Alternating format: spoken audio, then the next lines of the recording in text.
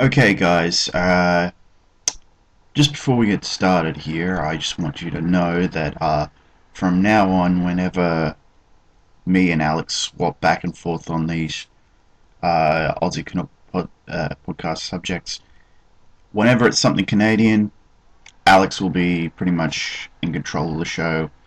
When it's something Aussie related, I, of course, will be in control of the show. Okay, so go enjoy the show now.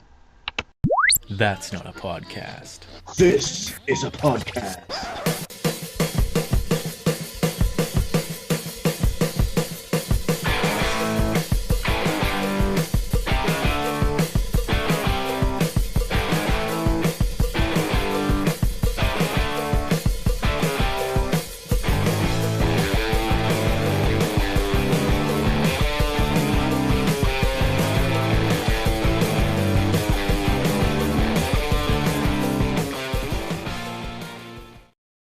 Hello and welcome to the Aussie and Canuck podcast. From down under to the Great White North, we are here discussing Australian and Canadian things. I'm Alex, the Canadian. I'm Magpie, of course, the Aussie. If the accents weren't enough of a giveaway. And we're going to be discussing a Canadian TV show this time, Trailer Park Boys, specifically season 1. But I guess before we start, what we do is we discuss a news story each from each of our countries. So, Magpie, did you want to go first since we'll spend, I guess, the bulk of this one talking about a Canadian thing? Okay, this is just little story that's popped out literally within the last half hour, I guess. Apparently, there are over 120 homes without power today from like Sydney all the way further up north. Their power seems to be out. The SES is working as hard as they can to get the power back on. The Royal Fire Service, I guess, is doing their part, and various other services. It's pretty bad at the moment. So what was the cause of the power outage? Some type of wildfire? No, it's a huge storm that happened recently. Didn't affect where I am because, well, I'm further down south. So, yeah. Winds ranging from 90 kilometers per hour to, well, there is a mention here further north that they were up to 115 through a place called Casino. I don't know if you know where that is. That's like right up near Brisbane. Okay. Okay.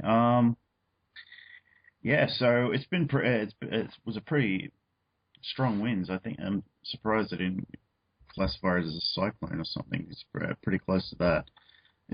But this covered a great deal of territory when you think about it. Casino's right up near Brisbane, and Sydney's further down south, so it covered quite a lot of the north coast, really, central and north coast.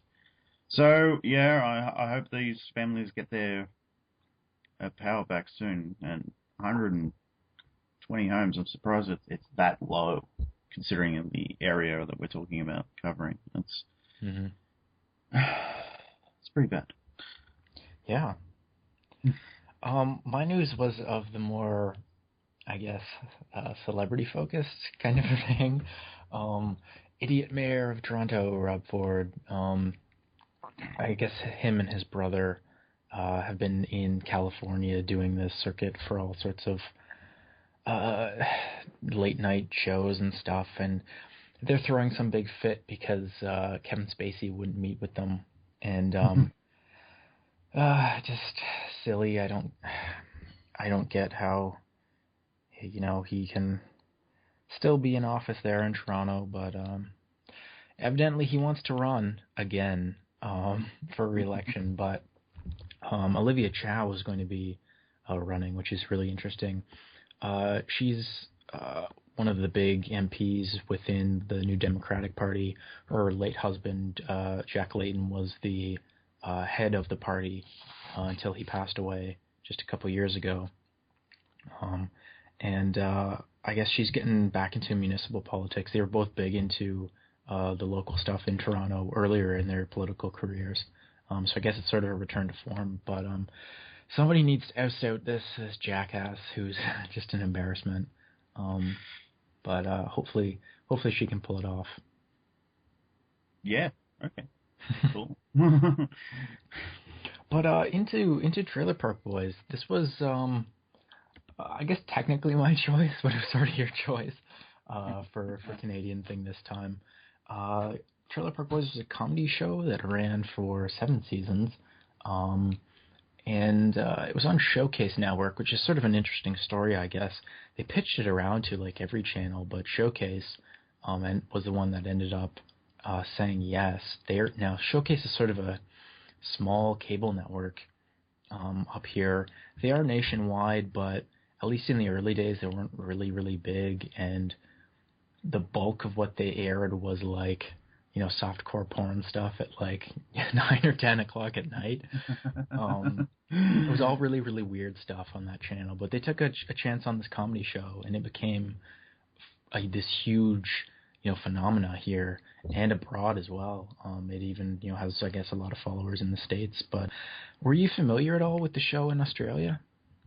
It was airing out here on the Comedy Channel at one point, but it was during a period when I looked at the first few, I guess, trailers for it, or TV spots, whatever you want to call it, and it didn't look like it interested me at the time. And it wasn't until I came across a certain Australian show that is kind of the Australian version of Trailer Park Boys that I developed a little bit of an interest with it, and especially when you mentioned it to me during one of our off-air discussions, I decided to go check it out, and surprisingly, I have drawn some similarities, and I'll mention them throughout this podcast to let you know what I think of the show, and I'd actually really enjoyed it and enjoy comparing it to certain things. Yeah, I'm really curious to see Houses. Houses. Housers, okay. Houses. How's O's. O's. Yeah. Okay. How do you spell that? H-O... Oh, God, I can't remember whether they kept the E or not. Let me look it up. I'm curious to see it, though, because, you have mentioned that there are a lot of things in common between the two shows. And I'm really curious to see how it was adapted. But Trailer Park Boys is kind of interesting because we're going to be talking about the first season. And in my opinion, anyway, I think the first season is the worst season. And it's not really? It's not to say that the first season is bad, but it's just not as good as the other ones. Okay, H-O-U-S-O-S.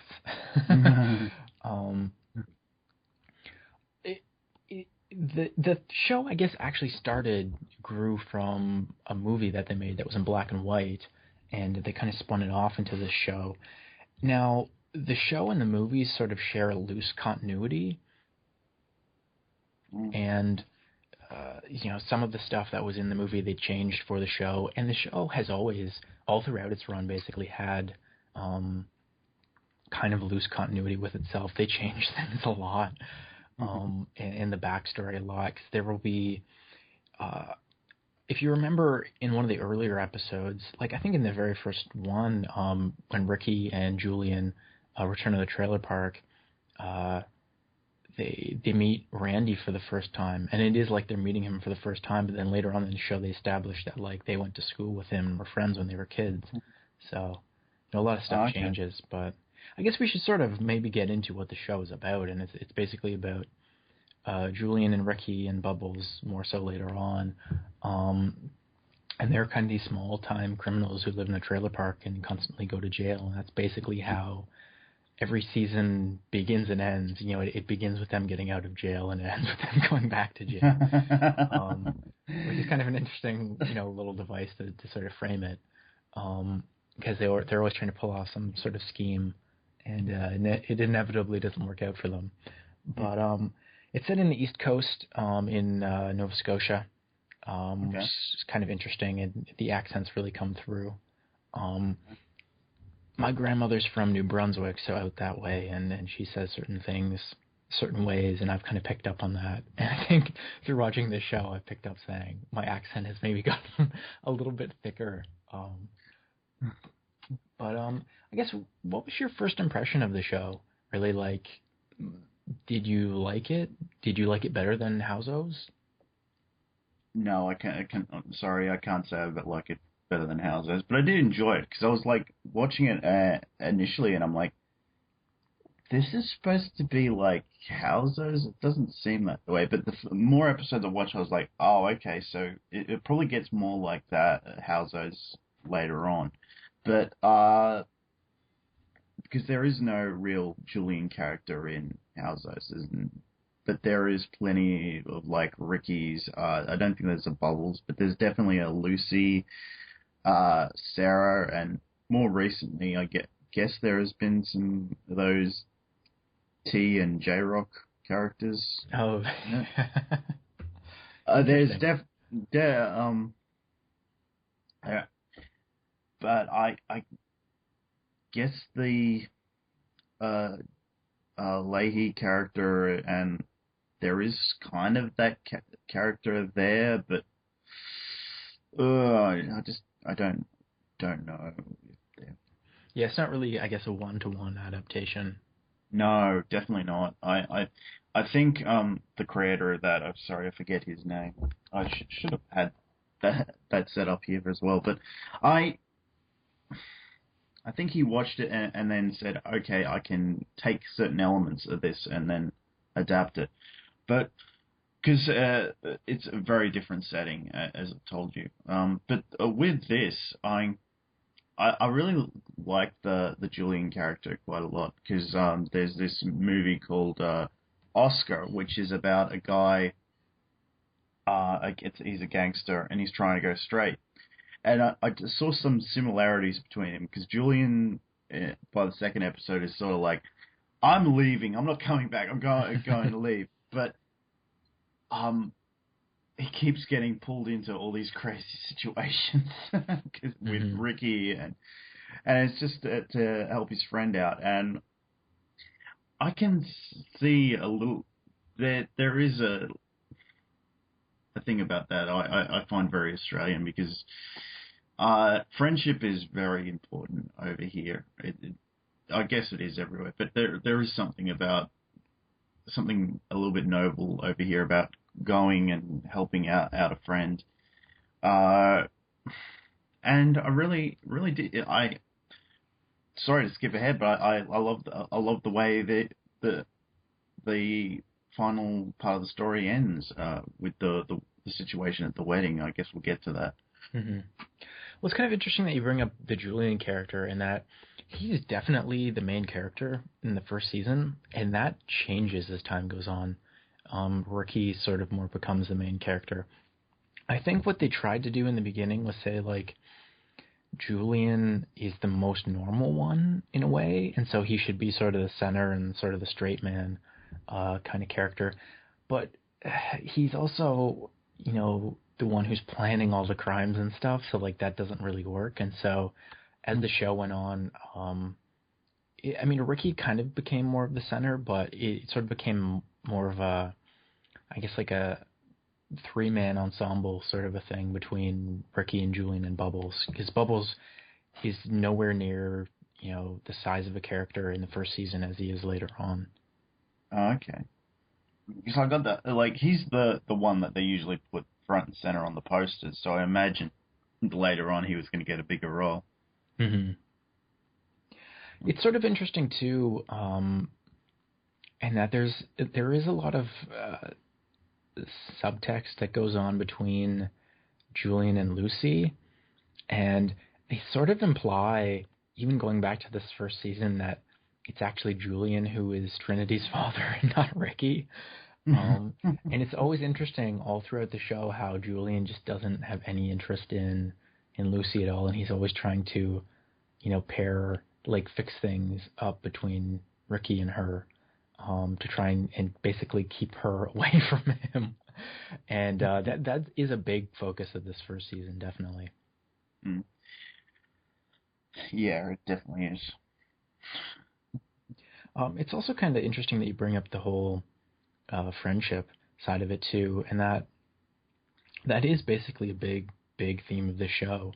And basically every episode of this series is, you know, your friends and family are the most important thing. That is the message. And it's funny because this show has a reputation for being, an adult show. There's all kinds of cursing and swearing.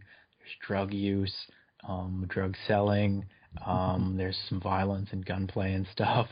And all of that said, like, that's, even if you are a drunken recidivist idiot who lives in a trailer park, and goes to jail every year, family and friends, it's the most important thing. Yeah, it definitely is. I kind of like the first episode of this show. It's probably not my favorite episode of the first season because it's really hard to pick a favorite out of just 6 episodes. I think. Mm-hmm. I guess later on I'll probably agree with you but as a first season, I really like the way they introduce, bring these guys in, and there's this character of Cyrus, and I'm glad looking up here that he does come back because, oh yeah, it was it sort of comes in as a very much an antagonist, and Ricky and Julian sort of say they can take care of this problem, but they don't want to hang out with each other anymore. And by the end, Ricky's at his door and sort of said, it's sort of out of desperation, it's like there and says, "I need your help." I just love the way that actually leads into the second episode because there's clearly Ricky is kind of dependent on Julian because Julian's clearly the smarter one. But yeah. But he is the one who also tends to get them into a lot of mischief and stuff. He is the guy who plans all the crimes, and that becomes more of a focus, I guess, in more later seasons. But it is kind of funny to see how that works, and they are both codependent, and in a sense they bring each other up, but also pull each other down. It sounds to me like I'll have to get his name up here, but it sounds to me like Julian is eventually going to become more of the what's his name? Sorry, I'm bringing it up here now. It's been a while since I watched that show, but you talk Paul French's character in House's Frankie. It sounds like he's going to very much become more of that character, I guess, later on. I didn't really see that as an evolution of the character, but I definitely can. The thing about the first episode, though, is it very much establishes that there are rules within this trailer park. It's very similar to an episode it reminds me of this episode, not exactly like this episode, but of Deep Space Nine, where Worf has just come on the station and he's very anti-Quark. He can't really figure him out and figure out what Odo's doing in that. But it sort of establishes in that Quark is definitely a shade of grey, and that there are rules on the station. It's once you sort of learn to accept those rules, you can understand people better. And I guess in this show, it's sort of like the trailer park has its own rules. And once you've watched the show and you learn what those rules are, you can sort of understand these people a lot better. Yeah, that's definitely true. That's a really good point. And J-Rock, even at a certain point, ends up writing a rap song that's called Trailer Park Life. It's sort of about that and just how it's different there in the park. And as the show goes on, you definitely get to see more of that and understand how this whole place sort of operates. And it's very funny and kind of sad, and that makes it even more funny. Mr. Leahy's kind of an interesting character, in that, I mean, they hint in the first season that, you know, he was kicked off of the police force, and they go into that later on in the show, and kind of why and everything, and, you know, he basically becomes a big drunk, which is that leads to a lot of really great humor in the show, but that's not so much the focus in this first season. Obviously, we see in the first season, it's not really a hint, it's a big reveal of the relationship between him and Randy, because that becomes a big part of the show later on, too. Because eventually everybody else finds out, just besides Julian. More of the, I guess, the making a porno tape episodes come back. They're all equally as funny as that one. There is a lot of groundwork that is laid in this first season for the rest of the show, but like certain things, like Julian's girlfriend in the first season, we never see her again. Okay. Yeah. It's kind of sad, because I was going to say, that's one of my favorite moments where he kisses the girl and then pulls out his gun and just shoots it in the air in order to get arrested so he can take care of his friend in jail. It's really, like, for a show that is essentially an outrageous comedy, as this is, that's a really touching moment when you really sit and think about it. It's like, oh, he's going back to jail just so he can take care of his friend. It's really. I think part of it was a little bit more selfish too, in that he probably didn't want Lucy coming after him. But, well, yeah, I guess having watched the rest of the show, you probably saw that a little bit more in there, but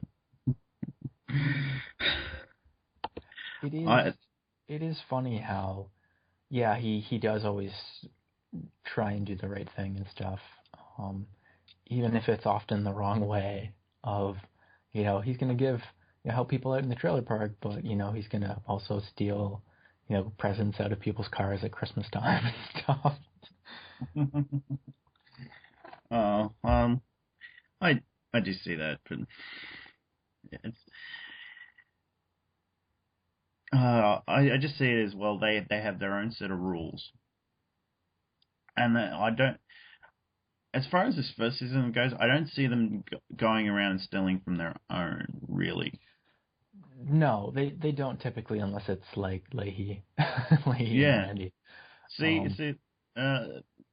as I said before, they've got their own rules, but it's like they've got to, you know, they're not only stealing from other people, not each other. So it's a very fine line. Whenever they do try and be selfish with money and stuff, it always kind of destroys everything between them. It is. Yeah. I'm just trying to think of like different characters to maybe discuss. We have Corey and Trevor in this season. They end up becoming slightly bigger characters in that they're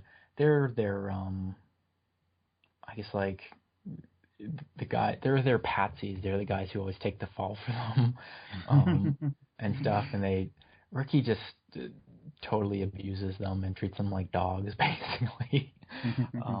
But they ended up not returning for the last season of the show, actually, which is sort of interesting. But they're definitely here, and even in the very first episode, like, they show just kind of how inept they are.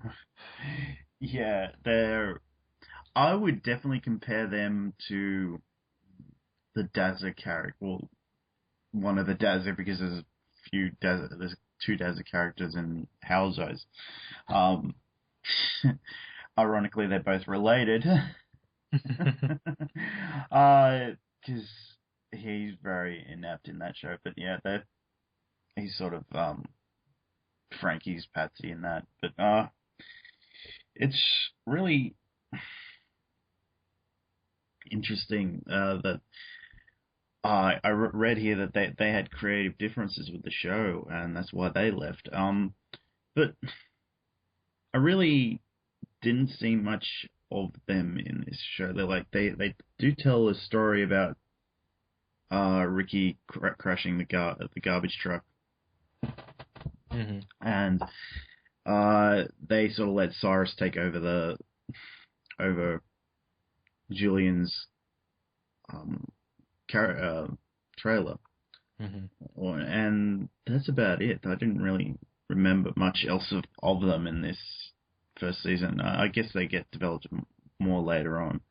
Yeah, they do a little bit more. But that's kind of interesting that you bring up that story too, because that does kind of lend well to your point about there being different rules and stuff. And we see a little bit of Ricky's dad, Ray, in this, and we see more of him later on, and when we sort of see why Ricky had ended up kind of the way that he was, because Ray is a guy who thinks like, some people can drink and drive, some people can't. Yeah. Oh, there's an interesting episode of Houses where Frankie's sitting in the front seat of his car drinking out of I guess from memory, I don't think it's vodka, because I don't see Frankie drinking vodka. Yeah, he's drinking something straight from the bottle. It's like it's definitely some sort of spirits. And lo and behold, right up ahead is a drinking and driving test area, and he goes, "I think I'm a little bit over the limit."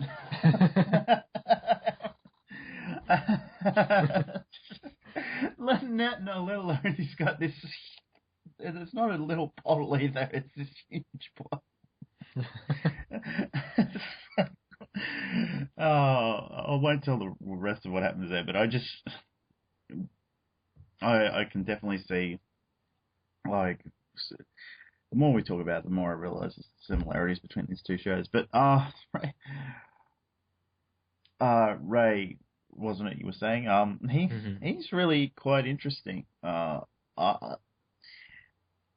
It's, I guess it's just really hard to do a lot with these. They definitely introduced quite a few characters in this first season, but Ray is another one. I think we got a little bit more of him, and I definitely did see. Well, no wonder Ricky turned out the way he did in this first season, because Ray's just seems like he's always getting drunk, and he's in a wheelchair. That's not, but I'm guessing that's from a drunk driving accident. Well, no, the wheelchair thing, I guess they don't bring that up in the first season, but he's defrauding the government for disability money. He doesn't actually need to be in the wheelchair. Yeah. So, yeah, not exactly the best role model. And then, he's very religious, too. He says in the first season he's a Calvinist, which is sort of interesting when you think about it, because Calvinists believe in, like, predestination and stuff, and like, your lot in life is your lot in life. That's God's plan for you. So, like, he just, I guess, has used that as an excuse to not better himself at all. But it's funny, because that comes up later, too, because he becomes, like, a big gambler, and, like, ends up, stealing money and spending all of the money and stuff down at, like, a strip club, where they have video lottery terminals and stuff.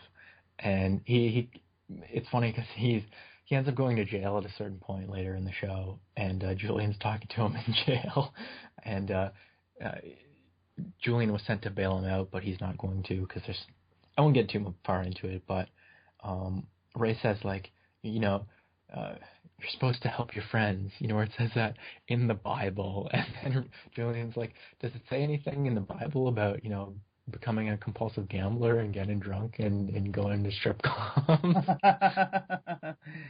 I said earlier on that there was no real Bubbles character in Houses.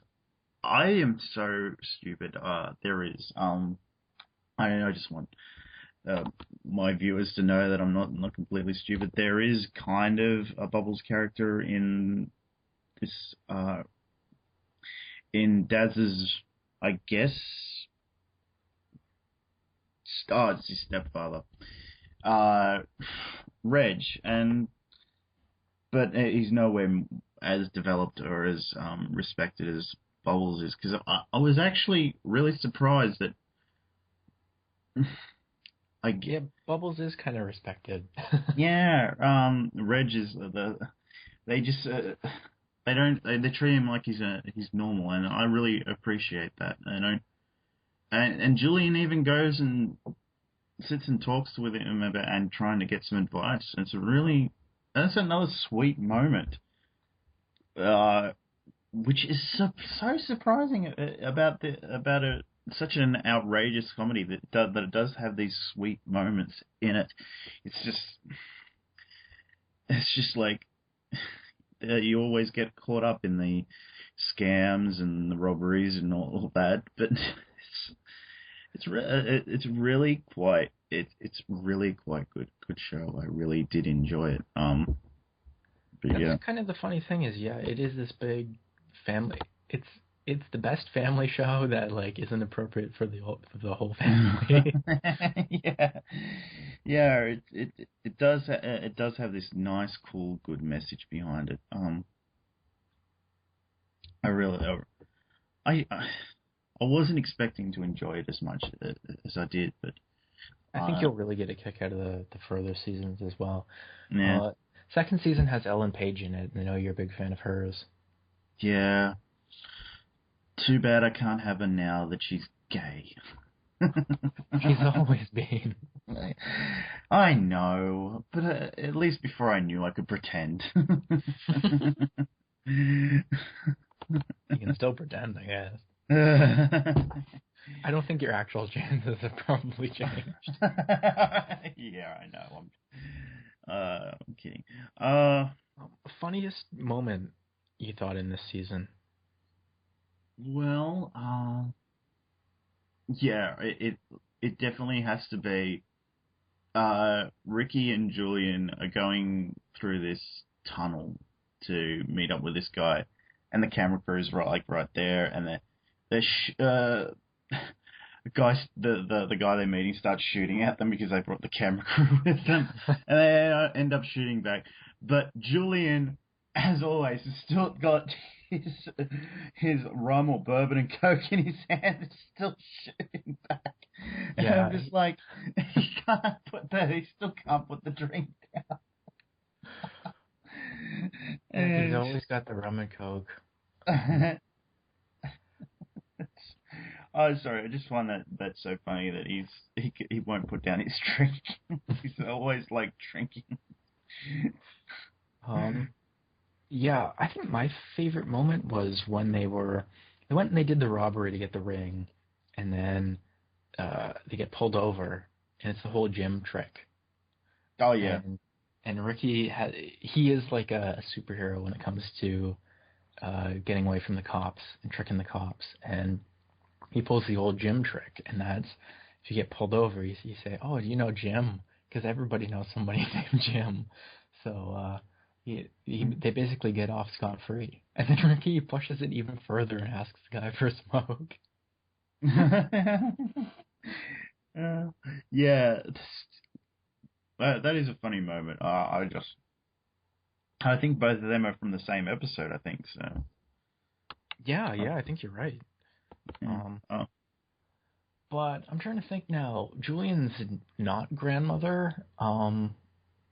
She doesn't appear again. They make some references to her at a certain point, like they say Mrs. Peterson, but we never see her again.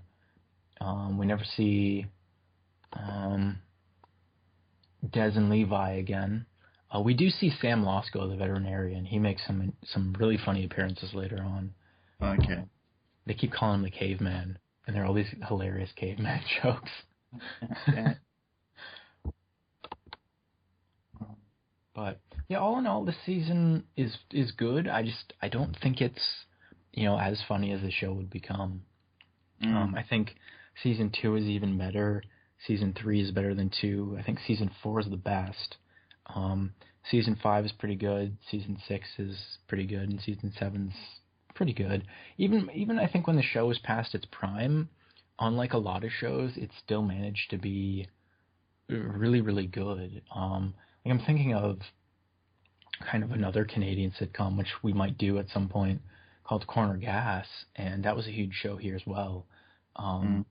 But Corner Gas went for 6 seasons, and I kind of think it should have ended at season 4, because it just kind of got terrible after that. But Trailer Park Boys is something that like almost kind of got better as it went on. So I'm kind of curious because apparently it's coming back in some form or another. And, yeah. Because they tried to end the show like numerous times. Like I think they tried to end it after season 5 or season 6, and they had like weren't able to, like, or decided to come back somehow.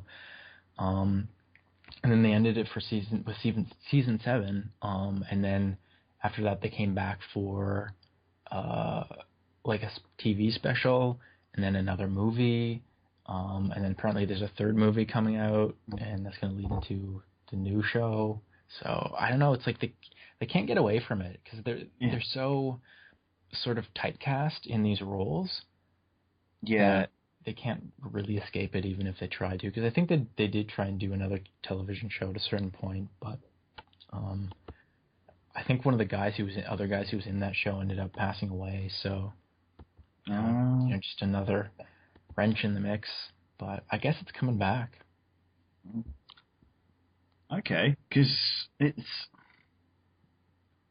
a really quite good show from what I've already seen. I'm looking forward to watching season 2, and we'll probably cover that at some point because I imagine this will be something that we keep coming back to. We'll probably even do the movies at some stage, I guess, because as I said, it has a lot of comparison to Houses, and we're probably going to cover that sometime soon. I think we should do season 1 of that at some point. Yeah, definitely. I'm really, really curious to see that show. Yeah. And that's got a movie as well, and I'm sure we'll definitely do that because that was one of my favorite movies from the year it came out. I can't remember when it came out. It wasn't that long ago, but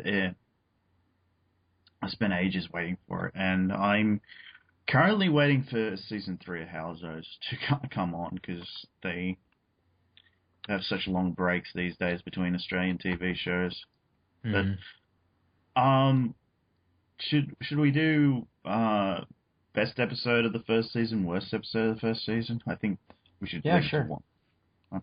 I actually really, despite liking the pilot, I actually like the second episode really a lot, which is fuck community college, let's get drunk and eat chicken fingers. I think that's really good. It sort of establishes a lot of things about the show. That's just talking now. Like I could probably say one, like the other one I think that's pretty good as well is I'm Not Gay, I Love Lucy. Wait a second, maybe I am gay. Yeah, the show has some of the best titles for episodes. Yeah. Yeah, I would probably pick I'm Not Gay, I Love Lucy. Wait a second, maybe I am gay. That's probably my favorite of the first season. It's sort of weird that they did like an animal episode so early on in the show. They do another animal episode in the 4th season, but I won't spoil what it is. You'll be really surprised. Okay. But I actually quite like that one, despite it being sort of just, it's the one where they have to look after a dog. It actually ends up being pretty funny and not as cliched as you would expect. Yeah. I did like it. I didn't mind it. I kind of liked it. I don't think it's my favorite episode of the season. I think I would probably put that close to the bottom next to the pilot. I might too. I'm just more surprised by how good that one is. Yeah. Yeah, I'm not saying it's bad. I'm just saying, well, if I had to pick a worst episode, it'd probably be that one. We've only got 6 to pick from this season, so it's kind of... Yeah, I'm sure I could... There is worse TV on. Yeah.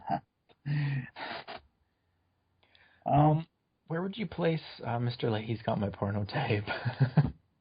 That would probably be 3rd. I really like that one. Because really funny.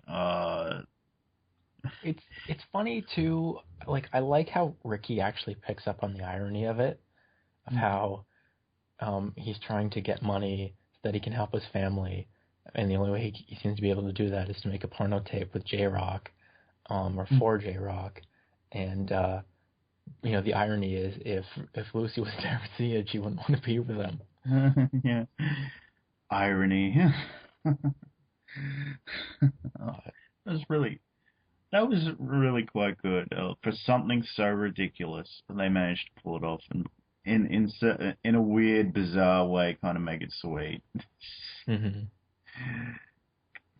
It's really And quite. that is kind of the genius of the show. I mean, you keep bringing that up, and I keep thinking about it and going like, yeah, it is this weird, perfect balance between like just outrageous, crazy crime comedy and like heartwarming family values. Like, who'd have thought? Like, they especially, now that I'm thinking about it, really bring that one up in the Christmas special. And, Ricky's making a speech at the church, and he's like, Christmas is, it's what Christmas is about, is getting drunk and stoned with your family. Yeah, it definitely is. Especially in Australia, it's definitely that. More drunk than stoned, I guess.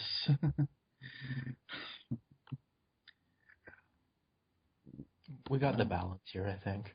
Yeah. So you would maybe rate the pilot as your least favorite one? So, Yeah. Trailer Park.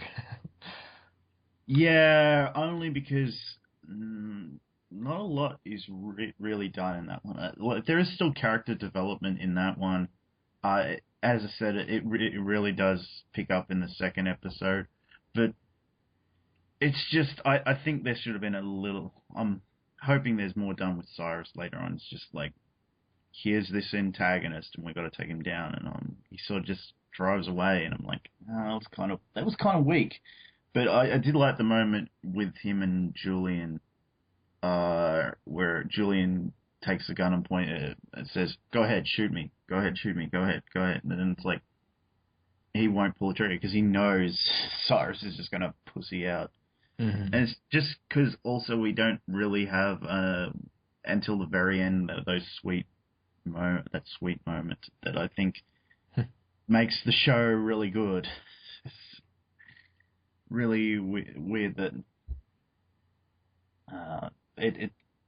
Although I do like where Ricky shows up at the window and he just pulls down the sort of ignores him, but he can't because despite everything, it's still his best friend, and we've all got that. I think we all have that best friend that's like, we wish they would get their life together, but they won't. Some of us maybe are that best friend. Yeah. I don't think I'm that best friend. No, I don't think I am either, but maybe the best friends have themselves a best friend who, in comparison. I would probably agree with that, and it is mostly just, it's not like the worst, it's more just the least good, just because it's the one where they really have to set everything up. Yeah. But I think the show gets far better as it goes on, even within the first season, and that trend definitely continues with the show as a whole.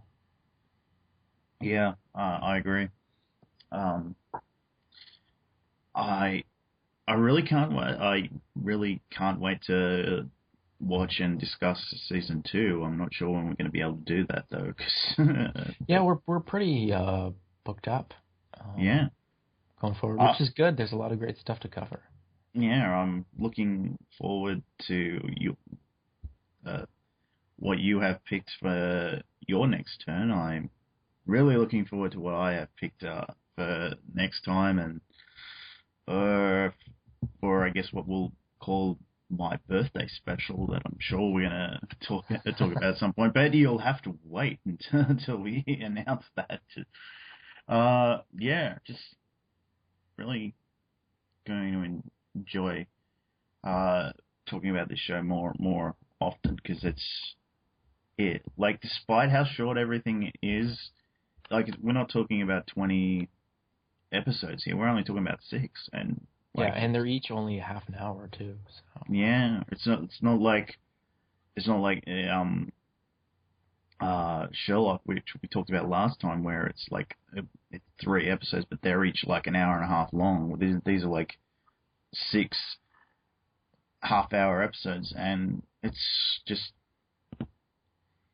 really good, really funny. It's definitely different than what we talked about last time, which is good. Mm-hmm. Yeah. Hopefully we can keep some variety in here. Yeah. I think definitely we're gonna keep that going. Is there anything else you want to talk about? No, I think we pretty much covered all the big points. It's a funny show. Yeah. Should I announce what we're doing next time? I think you should. Yeah, well, if you were listening to our Captain America commentary, you already know if you stay tuned to the very end, you know what we're talking about next time. Next time, we're talking about that Australian classic movie, and we'll probably touch on the poem in that as well. The Man from Snowy River. Now, we'll also be doing a commentary beforehand, so if you want to listen to our thoughts beforehand, as a much longer format, because we're going to have a special guest on for that. I'm not going to announce who it is until you click on the video. You will not know, or I guess until you see the thumbnails for the video, you won't know. But yeah, our good friend Alex here, Superhero Enthusiast, has already got something ready for that, the thumbnail that we're going to use for that, and yeah, we're going to talk about that. But if you don't feel like you want to watch along with us, you want to just hear our condensed thoughts, you'll hear that on the Aussie Canuck podcast. But I do recommend that you do at least watch that commentary, because it's going to be good, it's going to be fun. You're going to be very surprised with our special guest. I can't wait for that person to show up and talk with us about that movie, because I really enjoy the format of this show. Yeah, I'm really looking forward to it. Okay. Should we just end this now? I guess so. If you like this, you can let us know by clicking the like button. And if you want to see more stuff like this, subscribe to Magpie. There will be more episodes coming. Yeah, and also, if there is something in particular you want us to talk about here, leave a suggestion in the comments box, because I do actually read the comments. I read every one of my comments. So leave a comment below if there is something Aussie or Canadian related you want us to discuss, or just let us know what you thought. Maybe we could have gone in more detail about some little fact. Maybe we'll bring that up next time we talk about the Trailer Park Boys. Mm-hmm. Okay. For all those out there, I'm the Aussie. I'm the Canuck. And this was the Aussie Canuck podcast. Thanks for listening.